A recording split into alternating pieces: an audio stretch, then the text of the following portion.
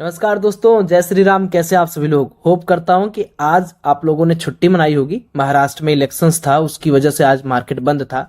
लेकिन मार्केट के अंदर कल फिर वही नया ड्रामा, वही नई नौटंकी शुरू होगी।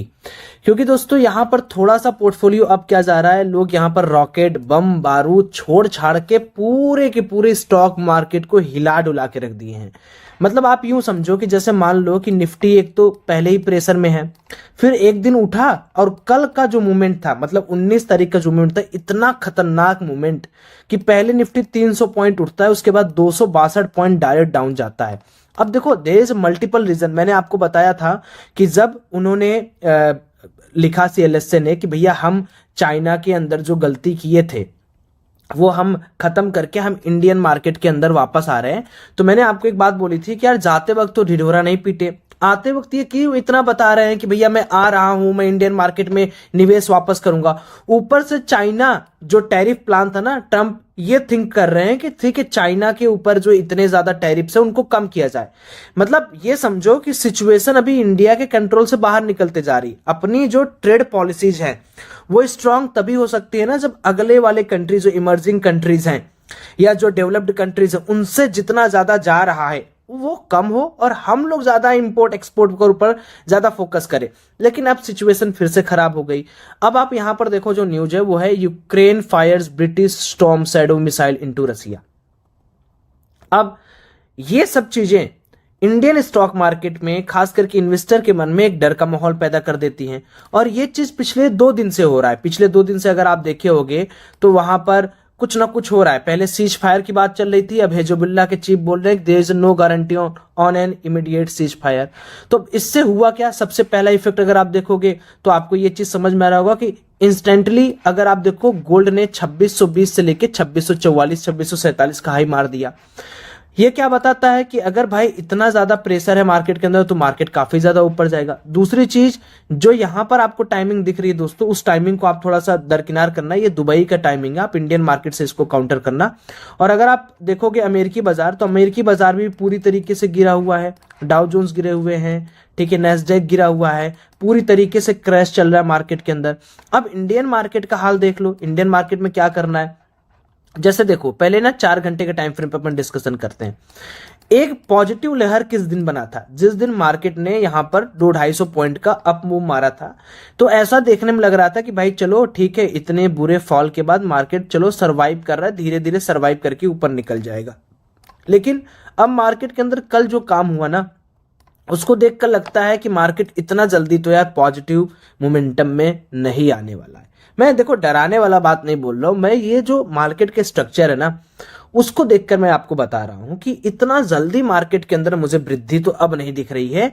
हाँ, एक और स्कोप हम लोग रख सकते हैं। क्या रख सकते हैं? देखो मल्टीपल टाइम ऐसा हुआ है कि मार्केट के अंदर जब भी कभी इस तरीके का एक ग्रीन कैंडल आया, उसके बाद फॉल हुआ, तो कहीं ना कहीं जो बायर पहले अटेम्प्ट में थे उनको हटाने के लिए, मान लो फोमो एंट्री में मार्केट बाहर निकालने के लिए ऐसा काम करता है। बट अगर कल के दिन मार्केट फिर इस लेवल को सरवाइव नहीं किया, यानी देखो सबसे पहला प्लान अपन क्या बनाएंगे, पहले एक काम कर लेते हैं, सबसे पहले डेटा देख लेते हैं कि डेटा हम लोग को क्या बोल रहा है, यानी डेटा के अंदर लोगों ने क्या किया है। ठीक है, तो एक बार डेटा में देख लेता हूं, देन आपको बताता हूं।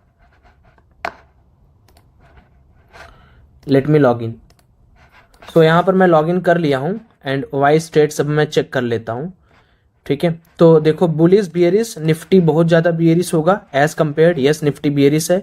एफआईआई का डेटा पहले पार्टिसिपेंट वाई में देखोगे तो अभी फिर से सेलिंग एफआईआई प्रो ने चालू कर दिया है, रिटेल भी अभी सेलिंग में ही बैठे हुए हैं। और कैश स्टेटस की बात कर लेते हैं तो कैश में भी सेलिंग चल रही है। एक बार मैं ओवाई सॉकर्स देख लेता हूँ, पुट। एक चीज आप समझो, जिस तरीके से ओवाई सॉकर अभी बना हुआ है उस हिसाब से तो इतना बोला जा सकता है कि मार्केट के अंदर 2 चीजें हैं। अब मैं आपको एकदम क्लियर बता रहा हूं कैसे कल मार्केट के अंदर ट्रेडिंग का प्लान करेंगे। ठीक है, सुनना ध्यान से। देखो अब मार्केट के अंदर नो डाउटली यहां पर काफी सारे सेलिंग पोजीशंस बने होंगे जो कल के लिए सोचे होंगे कि जैसे 21 तारीख खुलेगा उसमें हम काम करेगा।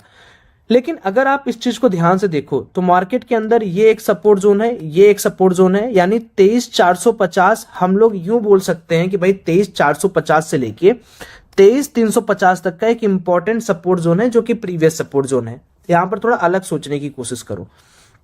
इसका नंबर 1 फायदा क्या है कि अगर मान लो मार्केट कल के दिन गैप डाउन खुलता है 23,450 से लेके 23,350, तो वहां पर हमें एक कॉल साइड के ट्रेड को आइडेंटिफाई करना ज्यादा अच्छा रहेगा। मैं फिर से बता रहा हूं क्यों, क्योंकि अभी जो लोग भी इस पूरे के पूरे ट्रेड में बैठे हैं कि भैया मार्केट में गिर रहा है, मार्केट गिरने के माहौल पे है, तो वो लोग एक बार जरूर ट्राई करेंगे कि मार्केट के अंदर तुरंत स्टॉप लॉस हिट किया जाए। और स्टॉप लॉस देखोगे यहां है, यहां है, यहां है।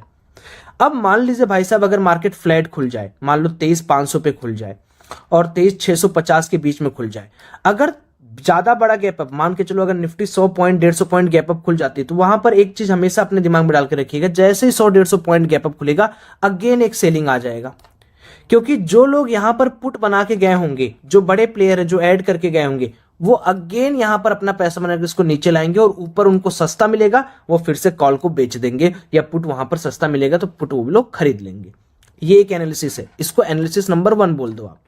सेकंड एनालिसिस क्या है कि अगर मान लो मार्केट यहां से 100-150 पॉइंट गैप डाउन खुलता है, तो मैक्सिमम लोग हैं कि भाई अपना पैसा बनाएंगे और 15 मिनट 20 मिनट वेट करना। मार्केट अगर इस तरीके से अक्यूमुलेट कर रहा है तो इसका पक्का मतलब है कि 100-150 पॉइंट का पहले ही मार्केट नीचे खुल रहा है। दूसरी चीज, जो पुट वाले हैं उनका अच्छा खासा प्रॉफिट चल रहा है। तीसरी चीज, अगर अक्यूमुलेट कर रहा है तो लोग क्या करेंगे, देख देख के पुट खरीदेंगे, वहां से मार्केट धड़ाम से ऊपर जाएगा। तो कहने का मतलब यह है कि ये जो रेंज मैं आपको बता रहा हूं, फ्लैट और गैप अप के केस में सेल करना है, ये रेंज जो है 23,450 से लेके 23,350, 100 पॉइंट का रेंज है। हां, अगर मान लो मार्केट भाई 23,350 के नीचे खुल गया है ना भाई, 150, 200, 180 पॉइंट गैप डाउन हो रहा है, तब तो कोई नहीं बचा पाएगा, तब तो बचाने वाली बात ही नहीं कहीं से आती है। क्यों? क्योंकि उसके बाद धड़ाक से मार्केट गिरना स्टार्ट करेगा। देयर इज नो वे, क्योंकि फिर देखो सपोर्ट भी टूट गया, जो मल्टीपल एंट्रीज थी वो भी टूट गई, तो फिर कुछ बचने वाला यहां पर नहीं है।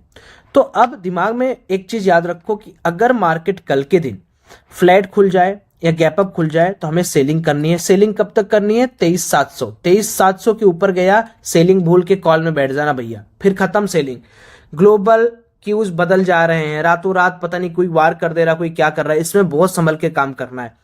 दूसरी चीज, अगर मार्केट गैप डाउन खुलता है और 23,350 से लेके 23,450 से लेके 23,350 तक हमें कुछ ऐसा दिखता है कि मार्केट सच में यहां पर काम करने की कोशिश कर रहा है, तो हम यहां पर एक कॉल साइड का ट्रेड प्लान करेंगे। ठीक है, उसके बाद बैंक निफ्टी वाले ट्रेडर, जो लोग बैंक निफ्टी में ट्रेडिंग करते हैं, बैंक निफ्टी के अंदर भी देखिए पैटर्न्स थोड़े से निगेटिव बने हैं, but one more time we can see that कि अगर 50,250 के आसपास मार्केट खुलता है, मतलब 50,600 है या 50,250 खुले, 50,400 खुले, इस पूरे के पूरे जोन में एक बार कॉल साइड का ट्रेड प्लान कर सकते हैं।